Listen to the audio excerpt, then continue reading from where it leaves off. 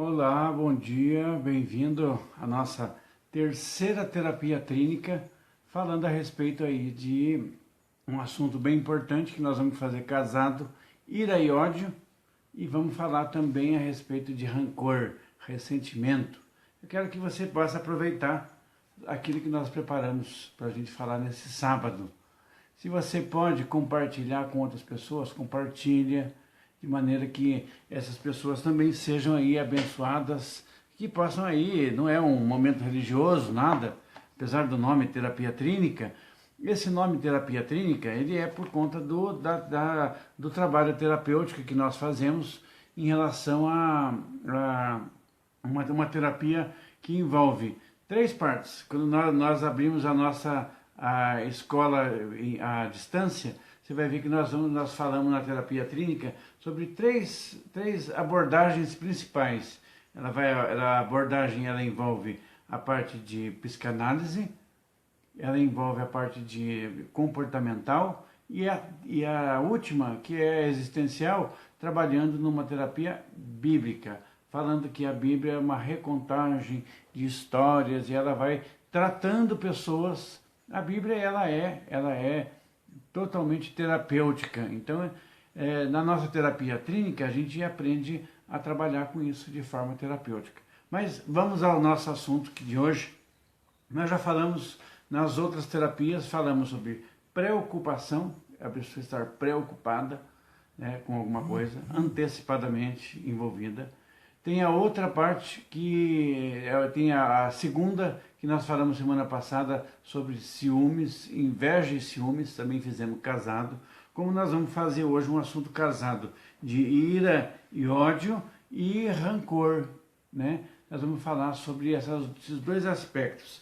De ira e ódio, de maneira que trata sobre uma atitude reativa de alguém que reage e age impulsivamente e age de uma forma a reagir.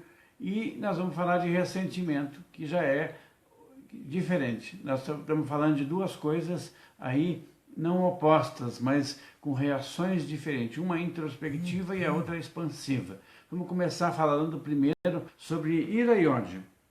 Quero citar com você aqui, tem um escritor que lançou um livro que está fazendo muito sucesso. Se você pode, compra e leia.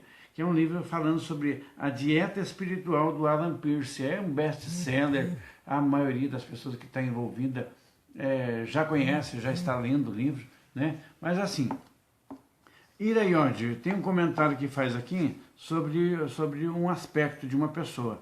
Luísa sempre teve muitos problemas por causa do seu gênio forte. Ela sente dificuldade para se controlar e quando é atacada ou sente vítima de uma injustiça, reage imediatamente, sem parar para refletir. No entanto, o campo de batalha de Luísa é dentro da sua cabeça, e o seu desafio é conter o próximo acesso de fúria. Nós estamos falando aí a respeito de ira e ódio. E uma das maiores evidências é a maneira como reage a isso. É uma panela de pressão prestes a explodir. Ira e ódio se caracteriza assim. É uma série de acontecimentos em que a pessoa vai guardando, daqui a pouquinho explode e afeta quem tiver à sua volta. Você já viu pessoas assim que afetam? Quem estiver perto é igual tiro de espingarda, não dá tempo de correr. A pessoa pega todo mundo que estiver perto e aí sobra para todo mundo. Na antiguidade, os pensadores investigavam um dos sentimentos mais negativos do ser humano, a ira. Aristóteles dizia que a ira é o desejo de retribuir o mal recebido a quem o causou. É a pessoa que reage. É a pessoa que reage assim na lata, né? Devolveu o tiro. Sêneca escreveu um livro sobre a ira e ele afirma que esse sentimento é temerário por ser sombrio e desenfreado e por poder prejudicar o outro e compara seus efeitos com o da loucura. E você sabe que a ira também ela não nasce apenas da ofensa, como se escreveu na antiguidade, que ela seria apenas como uma reação a uma ofensa. Nem sempre é assim. mas da possibilidade de que a ofensa aconteça. Às vezes a pessoa já está aí magoada com alguma coisa, ou já teme, já se antecipa que alguma coisa aconteça, ela já se antecipa e já responde à altura. Ela já acaba respondendo como que, mas vai acontecer, você vai me causar um dano, e aí ela reage à altura. A diferença entre ficar irritado e irado é que a segunda hipótese é um acúmulo de pequenas irritações que acaba explodindo. Já para Dalai Lama, a ira nasce do medo, que por sua vez nasce de um sentimento de fraqueza ou inferioridade. Se você é corajoso ou determinado, sentirá pouco medo e, consequentemente, ficará menos frustrado e zangado. Então, Dalai Lama já faz uma análise de que isso, na verdade, é uma reação de uma pessoa que está com medo, é uma pessoa que está frustrada, é uma maneira de reagir. No Ocidente, já existe um conceito de que é inevitável, de que a ira é uma parte inevitável da vida. O que você acha? É inevitável? Ferramentas para dominar a ira. Aprender a relaxar. Técnicas de relaxamento e respiração podem reduzir a agitação física causada pela ira. E olha, nas terapias de raiva, nas terapias que se fazem a respeito disso, existe bastante técnica para a pessoa conter a raiva, para conter a ira, para ela se segurar, para ela respirar fundo, para ela contar até 10, para ela não reagir na hora como ela está acostumada a fazer, né? Distanciar-se. Diante de uma situação que lhe provoque uma forte ira, distanciar-se pode ser uma tática útil. Sair para passear, pedir um tempo para que os ânimos se acalmem. Você já viu pessoas que ela está discutindo ou está num estresse muito grande, ou num debate, ou está resolvendo um problema, e ela fala, olha, eu vou dar uma andada, eu vou passear um pouco, eu vou fazer uma outra coisa. Se eu ficar aqui agora, não vai dar certo. E é uma boa tática, é um bom exercício para conter, às vezes, uma reação forte que essa pessoa esteja prestes aí a causar. E a pessoa que não compreende isso vai testando a paciência, vai testando, de forma que vai provocando ainda mais a pessoa. Que ela não sabe é que a pessoa que já tem essa predisposição para ira, ela pode acabar dando uma resposta bem rápida, ela pode acabar dando uma resposta violenta. E às vezes testar alguém que já tem essa predisposição para ira não é bom negócio. Aqui nós falamos sobre a pessoa que aprende a se distanciar, fugir do problema. Não é nenhum problema, não é nenhum erro. Você vê aí na Bíblia Jesus mesmo se ausentando e saindo de situações que não acabariam bem. Nós temos que fazer a mesma coisa, aprender a sair. Em luta, às vezes um lutador entra numa briga franca com outro, e nessa briga franca, às vezes é pior para ele, porque às vezes numa briga franca, ambos estão lutando e batendo, e ele pode acabar levando uma investida e perdendo com isso. Então, às vezes, o outro está muito eufórico, muito na luta, às vezes é melhor você se distanciar, se você já se conhece e já sabe que você já tem isso. Usar a palavra. Podemos pedir a um amigo que ouça o nosso desabafo, só que não esqueça de avisar o amigo que é para ele não dar opinião contrária e nem debater com você. Às vezes a pessoa que já tem uma predisposição para ira, ela precisa, talvez para esvaziar, para tirar a pressão dessa panela, ela precisa às vezes desabafar. Nós já estamos tratando aqui, fazendo uma forma terapêutica. Aprender a desabafar. Se você não consegue ainda, você aprenda a desabafar, a falar. Encontra alguém. A gente sempre tem uma pessoa que está disposta a nos ouvir. Então encontra essa pessoa que seja seu amigo, que esteja disposta a ouvir você, o seu desabafo. Só que não esqueça de avisar a pessoa para não começar outro debate com você. É só para ouvir. Eu preciso de alguém para me ouvir. Eu preciso de alguém para me escutar. Eu sei que eu estou errado ou dando bola fora, mas eu quero só alguém que ouça, alguém que me escute as minhas ideias, o que eu estou passando. E às vezes isso dá bom resultado, para que a pessoa não se ire. O ódio latente, o ódio é capaz de nos envenenar se for inconsciente e estiver voltado para pessoas que não, aquelas que de fato odiamos. Existe uma pessoa, o nome é chamado Miller, que se refere acima de tudo aos perigos do ódio latente, um ódio perigoso por ser transferível. Tia Diná, seja bem-vinda. Andréa Pinha, seja bem-vindo. O ódio latente, sabe qual que é o perigo? É o perigo dele transferir esse ódio para outras pessoas. Você está bravo com outra pessoa e você descarrega naquelas que estão perto de você. Isso também é um erro, porque são pessoas, às vezes, que estão ao seu lado. Todo mundo já foi embora. E, às vezes, você vai descontar a tua raiva, o teu ódio, naquelas que estão ao seu lado. E isso é um erro grave, é um erro que, às vezes, você perde as pessoas que estão ali ao seu lado, justamente ali, dispostas a aturar você e eu, quando está nesse processo de ódio. Então, aprenda também a não descontar em quem está do seu lado. Aprenda a desabafar, aí você melhora disso. Aí você se esvazia disso, né? Sejam bem-vindos todos vocês que estão participando dessa minha live de ódio, e depois nós vamos falar de rancor, logo em seguida. O circuito da ira, você já viu o cinema? O cinema fala muitos casos aí de pessoas que acabaram vivendo na sua vida particular aquilo que era na sua vida secular, na sua vida aí de trabalho, de fora, tudo.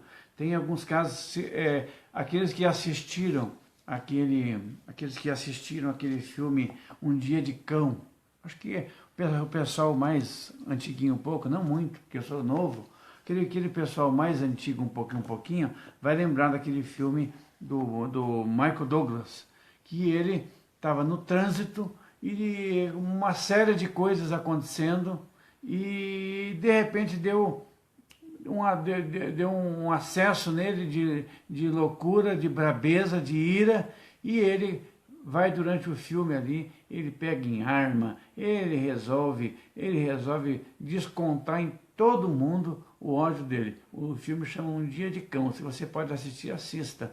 Como eu vi um outro filme falando, o nome do filme era Crazy People, que o homem também está no trânsito, tudo aquilo parado, e ele começa então a passar um momento ali de nervo e de raiva, e ele então tem um estalo, mas nesse caso ele teve um estalo de ira que desencadeou bem, onde ele acabou se voltando para a propaganda, e ele acabou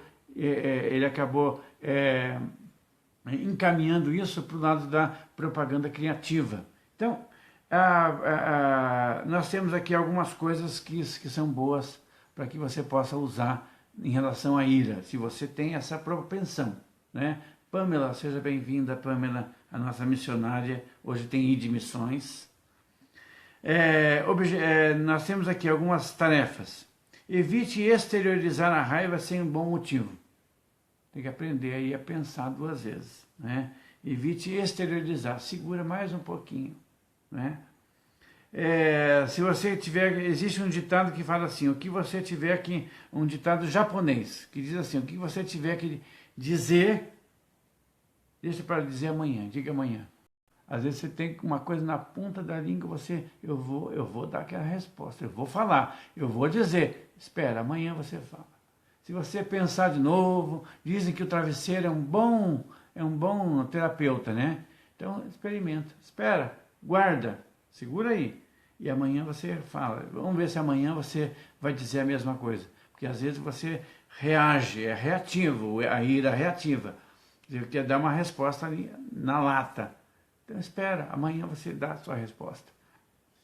Antes de odiar alguém, procure identificar o que nessa pessoa funciona como espelho para você. Pois quando ficamos incomodados com os defeitos dos outros, é porque nós mesmos os temos. Você já observou nisso? Na psicologia trata bastante a respeito disso.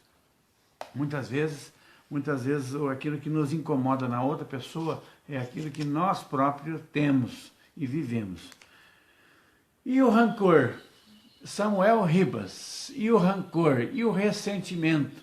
Esse aqui já vai para um outro aspecto. Vamos começar a falar agora de rancor e ressentimento, que é uma das coisas dos dias de hoje que nós mais lidamos. Rancor e ressentimento. Isso aqui já vai para a primeira que nós falamos de ódio, de ira, nós falamos sobre uma função reativa. É uma pessoa que reage na lata, tiro de espingarda. O rancor e ressentimento já é diferente. Rancor e ressentimento já fala a respeito de uma pessoa que não reagiu na hora. E esse, às vezes, na maior parte do problema, é porque ela não reagiu na hora. Ela passou por um vexame, por uma humilhação, por um problema, e ela, ao invés de reagir na hora, nós vamos ver isso daqui a pouco, ela acabou guardando. E ela ficou curtindo aquele sentimento e aquele ressentimento a respeito daquilo que ela passou. E ela guarda aquilo, e ela guarda no seu coração aquilo, e o problema patológico é quando ela passa, então, a não conseguir se livrar mais desse ressentimento. Falamos de preocupação, agora estamos falando de ressentimento. Ela está revivendo um sentimento. Ela está ficando escravizada por um sentimento que ela passou, por uma coisa que ela viveu. Eu vou compartilhar com você uma introdução do Alan Pierce, falando a respeito de rancor. Helena nunca perdoou o marido por uma traição que ele cometeu com uma colega de trabalho durante alguns congressos profissionais. Embora ele tenha confessado pouco depois, e isso tenha acontecido há mais de 10 anos, Helena nunca mais confiou nele. Desde então, de vez em quando, o tema volta à tona e é motivo de discussões amargas. Como resultado, eles ficam sem falar durante dias. Quando o marido propõe um divórcio amigável, ou pelo menos que se afastem por um tempo, ela se recusa. Helena não quer o fim do relacionamento, mas até agora não conseguiu deixar o passado para trás. Está percebendo? Essa mulher já ficou presa a uma coisa que ela viveu e ela não consegue mais confiar no seu marido. Por mais que ele tenha dito em seguida, por mais que a coisa tenha se resolvido ali, plasticamente, mas para ela isso não resolveu, porque isso acabou deixando com que ela ficasse parada e travada, e ela ficou ressentida e está com esse rancor. 2 tipos de ressentimento. Ressentimento que o define como uma dor moral. Olha aqui, existe um homem chamado Henrique Rojas, no seu livro A Conquista da Vontade, que ele fala que o ressentimento, ele fala sobre o ressentimento e o define como uma dor moral que surge quando somos tratados justa ou injustamente. Ressentimento é igual a mágoa e lembrança. Então, ressentimento é igual a mágoa e lembrança. A pessoa fica, na verdade, paralisada. Sabe, estátua, a síndrome da estátua? Ela fica nisso. Ela fica pensando, fica magoada. É uma mágoa e isso não cicatriza, e isso fica doendo. Isso é patológico quando isso fica doendo e isso fica ali parado. Você já viu pessoas que você vai conversar e ela volta de novo na mesma coisa? Eu conheço uma mulher que foi traída e 30 anos depois, você conversava com ela hoje sobre aquilo que houve e ela chorava e sofria como se fosse agora à tarde, como se fosse de manhã, que aconteceu hoje, de tão latente, de tão marcante que isso ficou na sua vida. E ela ficou com esse ressentimento e passou a viver assim. A Bíblia, ela fala muito sobre ressentimento. E uma das histórias que eu mais cito é a história do irmão do filho pródigo. A gente fala da história do filho pródigo, que ele saiu, gastou o dinheiro, gastou a fortuna, gastou tudo que ele tinha, e quando ele volta para casa, ele encontra o seu irmão ressentido com ele. Afinal de contas, eu nunca errei como você, eu nunca aprontei o que você aprontou, eu nunca pisei na bola que nem você pisa, e, no entanto, para mim nunca fizeram festa, para mim nunca fizeram nada, para mim as coisas não andaram, para mim as coisas continuaram iguais. Você foi pelo mundo afora, eu não fui para lugar nenhum, mas eu não sou reconhecido, eu sou injusto. Para mim nunca fizeram festa, por mais que o pai dele dissesse, mas filho, é tudo seu, é tudo para você, a casa é sua, tudo é seu. Não adiantou, ele queria uma resposta, ele se sentiu injustiçado. E o rancor e o ressentimento vêm da injustiça que a pessoa vive ou que ela pensa ter vivido. Existem dois tipos de ressentimento. É o ressentimento fisiológico e o ressentimento patológico. O fisiológico é normal que uma pessoa sinta. Passou por uma frustração, por um vexame, por um mal, uma humilhação, e ela reage sentindo, ela ficou mal com isso, sofreu com isso, e é normal, isso é normal. O outro é o patológico, que não é consequência de situações claramente injustas, nem de algo real, e o objetivo que tenha feito o sujeito se sentir magoado, deslocado. O ressentimento patológico se baseia em um tipo de personalidade ególatra, hipersensível e carente de afeto e respeito. Em suma, a personalidade de alguém incapaz de reconhecer as próprias limitações e, com esforço pessoal, lutar para alcançar um nível mais elevado. Então, assim, o ressentimento patológico, ele vem principalmente de alguém que tem uma personalidade ególatra e hipersensível. Hipersensibilidade nunca ajudou ninguém em nada.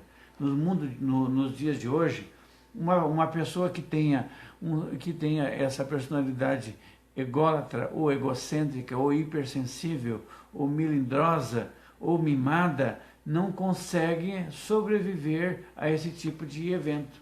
Não consegue sobreviver a esse tipo de evento que ela passa e ela fica magoada. No ressentimento patológico, a pessoa, nos seus devaneios e na sua estrutura, na sua forma de pensar, ela já coloca como que eu fui enganado, eu fui injustiçado. Aí você vai ver a história, não era nada daquilo. Ela errou o horário, ela não fez o que devia, ela não cumpriu as tarefas, mas na lembrança dela, da maneira que ela pensa, ela se sentiu enganada. Não, isso é aquele sujeito que me perseguiu, é aquele sujeito que me fez isso ou aquilo, e ela passa então a viver nisso. Isso é uma carteirada que a pessoa dá como justificativa por aquilo que passou. E é o ressentimento patológico, que nem sempre é em causas reais, nem sempre ele é verdadeiro. Às vezes ele é a desculpa que a pessoa está dando para uma coisa mal sucedida, para algo mal sucedido. Então eu quero compartilhar com você aqui um negócio interessante. Freud, ele falava, por exemplo, que nos mecanismos neuróticos, falando assim, tem um dos livros do Freud que ele fala dos mecanismos neuróticos. Segundo Freud, um deles consiste em armazenar todos os problemas e frustrações, aqueles que não conseguimos exteriorizar e que por isso neurotizam a personalidade e a tornam doentia. Desde que não seja permanente, que a vida não passe a girar em torno disso, o sofrimento é necessário para amadurecimento pessoal. Acontece, é necessário, faz parte do crescimento, ele teve seus problemas, seus dissabores e tudo isso faz parte, isso é normal da vida. Isso também é fisiológico, reação. Passei por uma coisa e sofri aquilo que passei. O patológico é quando não é real. E quando o rancor daquela pessoa, às vezes é pessoal, com alguém que ela já tinha uma diferença, com alguém que ela já não gostava. É chamado, tem um filme, tem uma série do Dr. House, todo mundo já viu, com certeza. Tem um comentário que ele fez, um dos filmes da série, que ele dizia assim, que o ressentimento é o ódio dos fracos. É o ódio dos fracos. Você não consegue ir lá dar um socão, você não consegue ir lá dar um chute, jogar uma bomba, fazer não sei o quê, aí ele fica ressentido. Ele fica magoado, ele fica triste, sem desmerecer ou tomar partido de nada. Mas ele é colocado como um ódio triste. É aquele que não tem essa reação física, mas ele tem uma reação emocional. Ela é introspectiva e ele reage assim. É um ódio chamado ódio triste. É um ódio triste que invade o organismo afetivo de uma pessoa, não importando a causa. E que ficam gravados na memória. É um sentimento, olha aqui, lembrança de uma ofensa ou injustiça, são sentimentos que ficam gravados na memória e viram ressentimentos, porque eles voltam, eles vão voltando, esse é um sentimento que vai voltando, não é? O rancor é diferente do ódio, porque nele existe um sentimento de impotência, de incapacidade de se vingar, e aqui é que está, ele é uma intoxicação sentimental, é uma incapacidade de reagir, de dar a resposta à ofensa. É a pessoa que ele aguentou aquilo ali tudo bravamente e ele não foi capaz de reagir, não foi capaz de dar uma resposta. Eu queria ter dado uma resposta para aquela pessoa me fazendo aquilo e dizendo isso e aquilo, e ele não deu a resposta e ele ficou daí ressentindo aquilo. Ele ficou daí rancoroso, porque foi uma coisa que ele não reagiu. Ele não conseguiu dar a resposta, né? E o perdão e o esquecimento. Existe um trabalho da ecologia emocional que fala bastante a respeito disso, que afirma que o ressentimento é uma forma de reatividade e nasce do posicionamento imaturo do indivíduo que tenta julgar a ação do outro em vez de se centrar na sua própria conduta, que vai gerar aquele ressentimento patológico, que ele não atribui a si mesmo e ele atribui ao outro, e ele não consegue reagir. A maneira que ele reage revendo, pensando e amargurando e pensando aquilo que aconteceu, pensando que ele poderia ter dito, que ele poderia ter falado e aquilo não foi certo, e ele fica revivendo isso. O alívio do perdão. O perdão acontece quando desfazemos os passos que causam o ressentimento. Ou seja, aprendemos a equilibrar o aspecto impessoal com o aspecto pessoal da dor, ou seja, descobrimos como interpretar um fato doloroso de maneira menos pessoal. Quando alguém nos machuca, devemos nos responsabilizar pelo que sentimos. Com isso, trocamos o ressentimento pelo perdão. É um pouquinho complicado, mas vale a pena falar sobre o assunto. Então, veja, o ressentimento ele é algo que ele é também uma reação, mas é uma reação introspectiva, é uma reação para dentro. Se você tem passado por essa situação de ressentimento, eu quero dizer a você de que você não precisa viver assim. Você pode aprender a se equilibrar e aprender a tomar sobre si esse controle. Quando a pessoa perde o controle das coisas da sua vida, ela reage de maneiras adversas, ou seja, com ira, com ódio, ou seja, com ressentimento. Se você tem passado por algo assim, eu quero que você saiba que o equilíbrio faz com que você chegue em algum lugar. O equilíbrio faz com que você veja. Se é necessário recuar, recue. Se é necessário esperar, espere. Se é necessário contar até 10, conte até 20. Mas não faça aquilo que se espera de alguém que está desequilibrado, que reaja na mesma hora ou algo assim. Ou que você fique curtindo o ressentimento. Eu não sou de dar resposta para a pessoa, eu não sou de fazer barraco, eu não sou de dar, mas você fica ressentindo aquilo. Aí você passa a viver se envenenando. Eu conheço pessoas que estão durante uma vida inteira vivendo um estado de intoxicação emocional, sentimental, e não saem disso, ficam paralisadas. Vivem o resto da sua vida revivendo aqueles que são da minha família, vão lembrar. Eu lembro, tinha uma história da irmã da minha bisa, que nós fomos na casa dela em São Paulo, e ela chorava. A minha bisa morreu, acho que com 103, se não me falha a memória. E a irmã dela, que tinha por ali também a mesma idade, e ela fez ela comentou conosco. Eu e meu pai fomos na casa dela em São Paulo, lá no bairro da Liberdade, e ela chorou e brava, porque a irmã dela, a minha bisa Geni, ela colocou um sapo debaixo do travesseiro. Mas vó, quando que isso aconteceu? Ela tinha uns 5, 6 anos de idade, a mulher estava com 100 anos e lembrava. Que memória, gente! Tinha 100 anos e lembrava que a minha avó Geni, a minha bisa, tinha colocado um sapo 100 anos atrás debaixo do travesseiro dela, e a minha avó não confessava que colocou, a minha bisa não afirmava que colocou, mas ela tinha certeza que foi ela.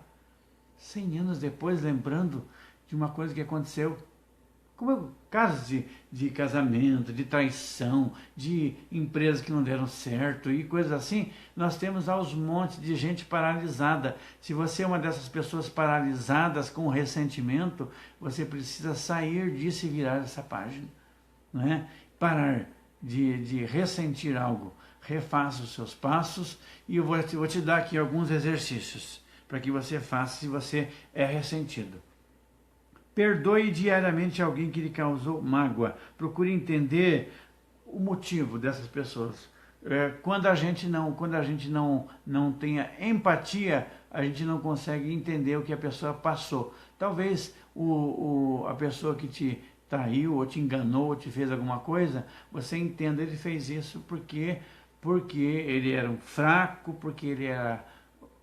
Eu quero que você analise. Tenta entender o motivo dessa pessoa, não para justificar a pessoa, mas para entender por que ele fez isso. Ele roubou porque estava com fome. Você não consegue entender? Quando a gente vê a história de menino que roubou, aí um pai de família foi preso porque roubou um pó de margarina. Está entendendo? Quando você entende a situação, não deixando só para o lado pessoal. A outra teste, a outra tarefa para você. Analise as suas atitudes, e descubra se em algum momento você já causou algo parecido a alguém. Será que você não fez alguma coisa assim? Que é normal que às vezes uma pessoa que passou por uma situação repita essa situação com outras pessoas. Às vezes eu estou fazendo a mesma coisa e não estou percebendo. Procure ver se você também não causou ressentimento a alguém. Tenta não repetir isso na vida. Talvez alguém tenha alguma coisa contra você também, não é? E a última coisa aqui, antes de dormir, faça uma coisa assim, antes de dormir, interiorize o seguinte pensamento, que é um ditado também. Se em função das minhas limitações não sou capaz de fazer os outros felizes, que pelo menos minha conduta não cause infelicidade. Se eu não sou capaz de fazer alguém feliz, pelo menos eu não vou fazer esse alguém infeliz. Espero que você tenha gostado da nossa live de hoje, falando sobre ira e ódio e ressentimento. Semana que vem nós vamos falar sobre duas coisas importantes. Nós vamos falar sobre perfeccionismo, sabe, pessoa perfeitinha ou tem necessidade de ser perfeita, tem que tratar, não é normal. Olha, eu quero lavar, ela vai numa festa, ela quer lavar a louça da festa. Porque eu sou uma pessoa que lava todas as louças do mundo. Isso não é normal, no mínimo, a gente foge de uma louça. Você não quer chegar num vestido de festa, sair lavando louça pela cidade. Isso não é normal, né? O normal é que você fuja. E por que está agindo assim? Por que você quer que as pessoas pensem que você é perfeito? A gente não é perfeito, né? Ou é doidinho. E a outra coisa que nós vamos falar, quando nós temos que dizer não, mas nós dizemos sim, quando deveríamos dizer sim. Existe o sim, existe o não. Nós vamos trabalhar isso semana que vem. Nós vamos aprender a entender o porquê. Cláudia, bem-vinda, Cláudia. Nós vamos entender o porquê que a gente diz sim e porquê que a gente diz não. E existe um, existe o outro, e o perfeccionismo, que na verdade é uma tentativa de manter uma autoimagem alta, para que as pessoas pensem que você é perfeito. Mas isso nós vamos falar semana que vem. Que Deus te abençoe. Eu quero que você possa meditar naquilo que foi dito. Eu vou colocar no YouTube, mando o link para todo mundo depois ver, legal, ver com mais calma. Que Deus te abençoe. Semana que vem, o sábado, a gente tem mais. Deus te abençoe em tudo.